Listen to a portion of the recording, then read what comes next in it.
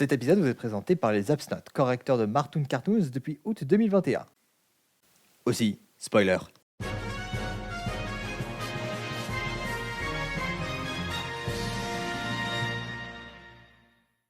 Bonjour et bienvenue dans Super Smash Bros Delirium, l'émission créatrice de combattants Smash Bros qui s'éloignent des sentiers battus.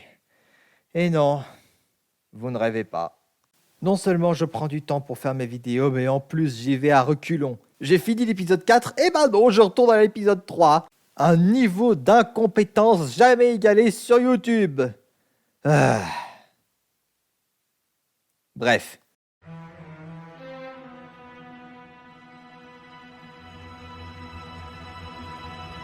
Cela fait maintenant un peu moins d'un an que j'ai sorti l'épisode 3 de cette émission, consacré à Mipha, Daruk, Revali et Urbosa, les prodiges de The Legend of Zelda Breath of the Wild. Un exercice qui fut mené à bien au bout de plusieurs mois.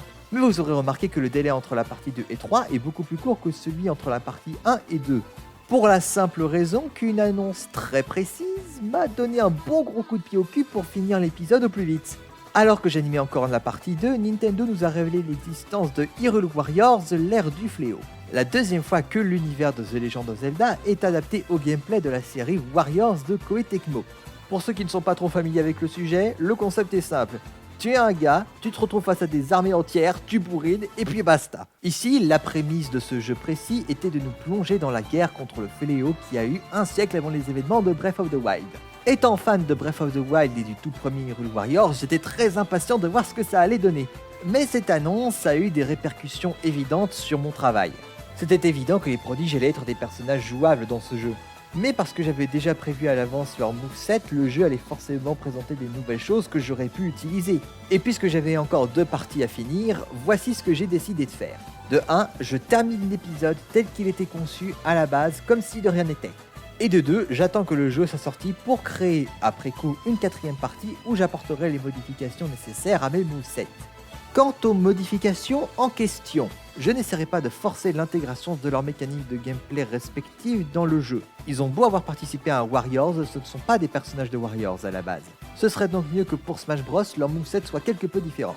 Par contre, si leurs animations d'attaque s'y prêtent bien, elles remplaceront certaines des attaques que j'ai données aux personnages dans leur moveset de base. Ainsi, vient le mois de novembre 2020 et le jeu sort enfin.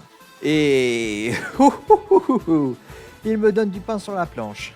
Car même mon concept de base a désormais besoin de modifications. Super!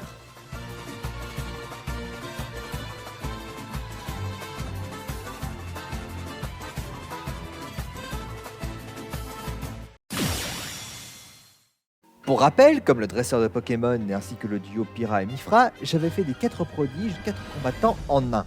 Je veux toujours que ce soit le cas, mais je me retrouve désormais à justifier le concept d'une autre manière. Car je profitais du fait qu'ils étaient des fantômes dans l'histoire de Breath of the Wild pour les combiner en un seul. Ce qui permettait à la fois de faire référence au fait qu'ils ont tous donné leur propre pouvoir magique à Link, mais aussi faire référence aux multiples armes que Link pouvait porter.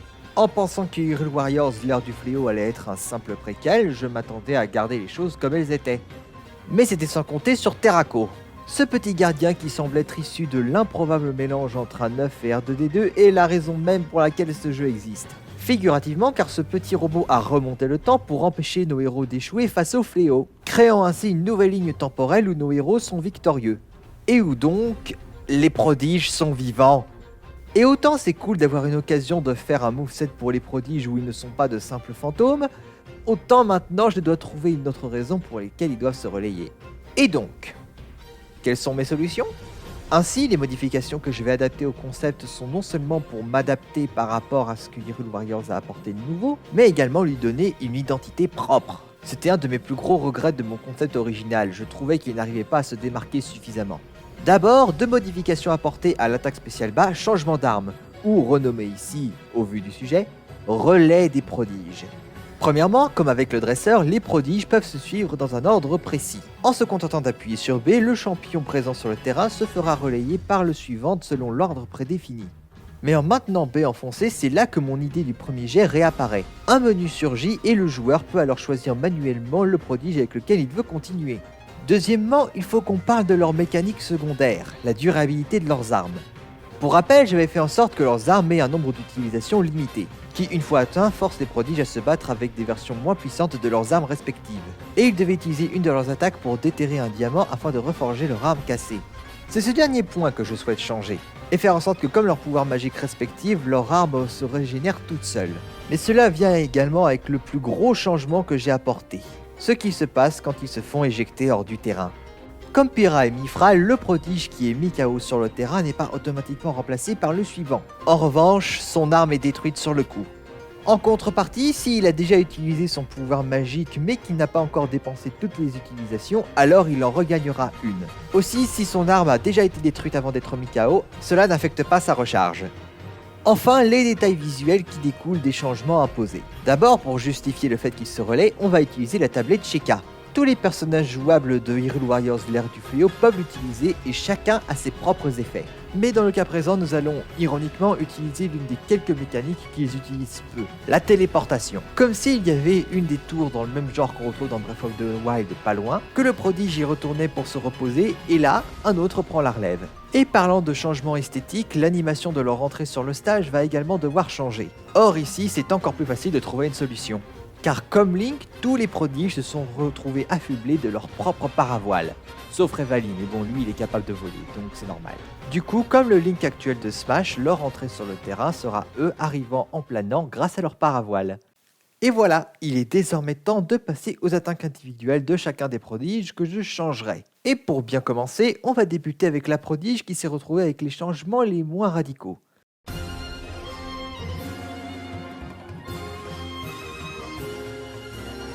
Ainsi, comparé à ses collègues prodiges, Urbosa est celle dont les changements sont les moins radicaux.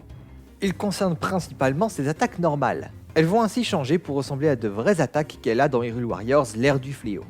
D'abord, le direct. Si les deux premiers coups de l'attaque restent des coups latéraux, le dernier devient un coup de haut en bas. L'attaque puissante côté devient une estoc vers l'avant. L'attaque a un petit peu d'élan, ce dernier est plus prononcé quand elle le fait en marchant plutôt qu'au repos. L'attaque puissante haut devient un uppercut avec le cimetière qui est meilleur pour toucher les adversaires un peu plus situés devant Urbosa plutôt que juste au-dessus d'elle. Et l'attaque puissante bas est un coup d'estoc vers l'avant rapide. Pour cette attaque smash, comme dans mon concept original, la lame de son cimetière est imprégnée de foudre. Sa nouvelle attaque smash avant a la même propriété que celle de Link. Au premier abord, l'attaque semble être juste deux coups qui se suivent en croix. Mais en réappuyant sur A au moment où elle fait l'attaque, elle donne un troisième coup de bas en haut. L'attaque smash haut est un coup en cercle de l'arrière vers l'avant. Enfin, pour l'attaque smash bas, Urbosa saute et fait s'abattre son cimetière en dessous d'elle. Cette attaque fait également apparaître des colonnes d'électricité autour de la Gerudo. Pour son attaque aérienne neutre, elle fait tourner son bouclier autour d'elle. Et pour son attaque aérienne arrière, elle donne un coup de pied. Enfin, l'attaque aérienne bas est un Stolen Fall où elle est protégée par son bouclier. Pour les saisies et les lancers maintenant. Vu que désormais l'Urbosa qu'on contrôle est faite de chair et d'os, pour le coup le lancer avant et le lancer arrière ne changent pas vu que ce seront désormais de vrais coups de pied. En revanche, les petits coups qu'elle infligera se feront avec le genou. Quant au lancer qui change, le nouveau lancer haut est lui aussi un coup de pied, et enfin pour le lancer bas, elle saute et frappe cimetière le premier le dos de la victime plaqué au sol. Passons maintenant au prodige suivant aux modifications plus évidentes.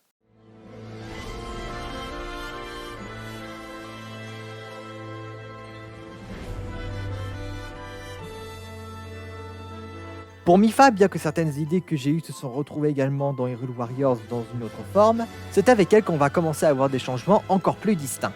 Déjà, j'échange la position des attaques puissantes côté et basse. L'attaque puissante côté devient alors un coup de la gauche vers la droite, tandis que l'attaque puissante bas devient une longue estoc, parfait pour faufiler une attaque en dessous d'une autre. Pour son attaque de course, on va l'altérer un petit peu, à savoir, elle tournera sur elle-même durant la chute de l'attaque. Pour son attaque aérienne neutre, elle fait toujours tourner son trident, sauf que cette fois, elle le fait en tenant son corps parallèle par rapport au sol. Pour son attaque aérienne avant, elle tournera sur elle-même en pointant son trident vers l'avant. Et pour une nouvelle attaque aérienne arrière, elle se retournera en donnant un coup en arc avec le trident. Maintenant, il faut qu'on parle des attaques qui ont le plus changé par rapport à la version originale, les attaques smash et les lancers. D'abord, son attaque smash bas. Une des idées que je n'ai pas pu mettre dans mon premier jet, c'était que Mipha utilise son trident pour donner un coup de pied circulaire. Or, non seulement le fait qu'elle n'ait plus un fantôme me permet d'utiliser cette attaque, mais en plus il s'agit d'une de ses attaques dans Hyrule Warriors. Comme quoi. Et donc pour cette nouvelle attaque smash bas, elle ferait pareil, mais avec un coup de pied, un bibédo. Ça par contre, ça ne change pas. Pour son attaque smash haut, elle fait toujours jaillir des geysers du sol en plantant son trident. Sauf qu'ici, au lieu d'en faire surgir 2 autour d'elle, il n'y a qu'un seul geyser qui apparaît juste devant elle. Enfin, pour son attaque smash côté, cela reste le coup chargé des armes d'Ast de Breath of the Wild, sauf qu'au lieu de créer une explosion d'eau au bout du trident, une vague accompagne le mouvement de l'arme. Enfin, ça saisit. Elle saisit toujours à une main, sauf qu'ici, elle inflige des petits coups avec son genou. Pour son lancer avant, elle fait du saut à la perche avec son trident et drop-kick l'adversaire. Pour son lancer arrière, elle prend appui sur son trident, tourne dessus et donne un coup de pied. Pour son lancer haut, elle projette ses adversaires vers le haut avec un énorme pilier d'eau qu'elle remonte également. Et pour son lancer bas, elle saute et fonce trident devant sur son adversaire plaqué au sol. Passons maintenant au produit suivant qui lui aussi a des changements d'importance.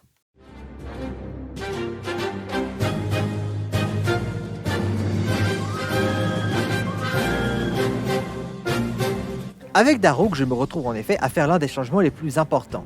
Comme vous le savez, les 4 prodiges ont chacun un pouvoir magique unique. Et vous aurez remarqué que là où celui de Urbosa et Mipha sont leurs attaques spéciales neutres, celui de Daruk est son attaque spéciale côté et celui de Revali son attaque spéciale haut.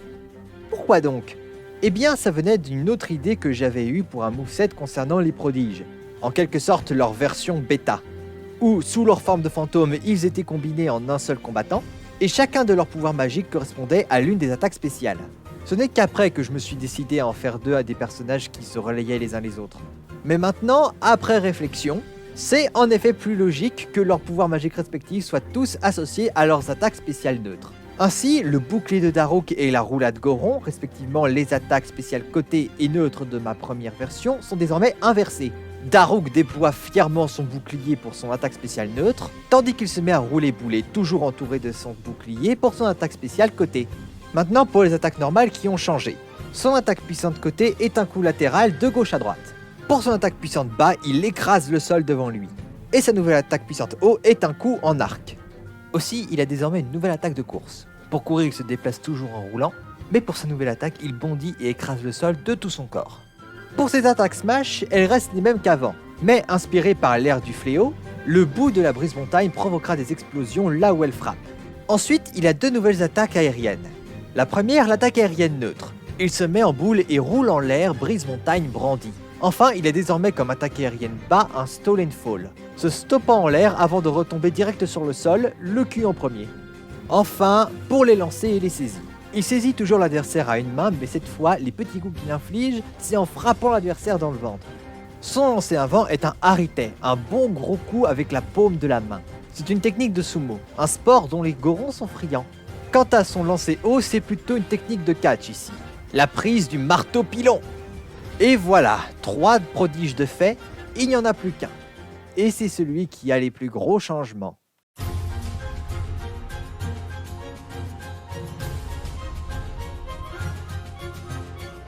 Revali est en effet celui des 4 auxquels j'apporte les plus gros changements. Et vu ce que je viens d'expliquer avec Daruk, vous devez avoir une idée du pourquoi. Changer de place la rage de Revali me force à changer toutes ses autres attaques spéciales, que ce soit de place ou même changer l'attaque en elle-même. Entre autres, la première idée que j'abandonne ici, c'est l'attaque spéciale des flèches magiques. Mais malgré cette perte, Revali a de nouveaux tours dans les manches qu'il n'a pas. Dans un premier temps, la rage de Revali devient sa nouvelle attaque spéciale neutre. L'attaque ne change pas d'un pouce par rapport au fonctionnement que je lui avais donné dans le premier jet, donc c'est le changement le moins brutal. Pour l'ancienne attaque spéciale côté, le tir visé, je la renomme le tir aérien et j'en fais la nouvelle attaque spéciale haut. Revali saute et tire une flèche en diagonale droit sur le sol. Il est possible d'orienter un peu vers la gauche ou vers la droite le stick directionnel pour orienter le tir. Les flèches de cette attaque spéciale sont brutales. En l'air, elle est même capable d'avoir un effet météore sur les cibles. C'est dire. Quant à sa nouvelle attaque spéciale côté, je l'ai appelée Essaim de flèches. Inspiré d'une de ses attaques de l'ère du fléau, il tire des flèches en rafale, faisant de l'attaque une sorte d'équivalent à l'attaque spéciale côté d'Harmonie et Luma. Les flèches sont plus petites et à une portée très moindre. Les flèches ont surtout pour fonction de protéger Revali des adversaires trop proches.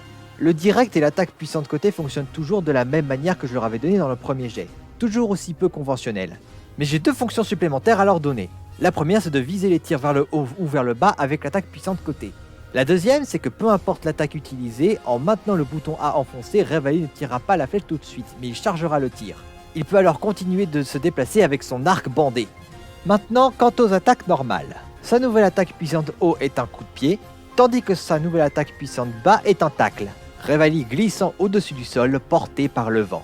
Désormais, pour courir, au lieu de courir sur ses deux petites pattes, il vole, et sa nouvelle attaque de course ainsi est une sorte d'attaque en vrille.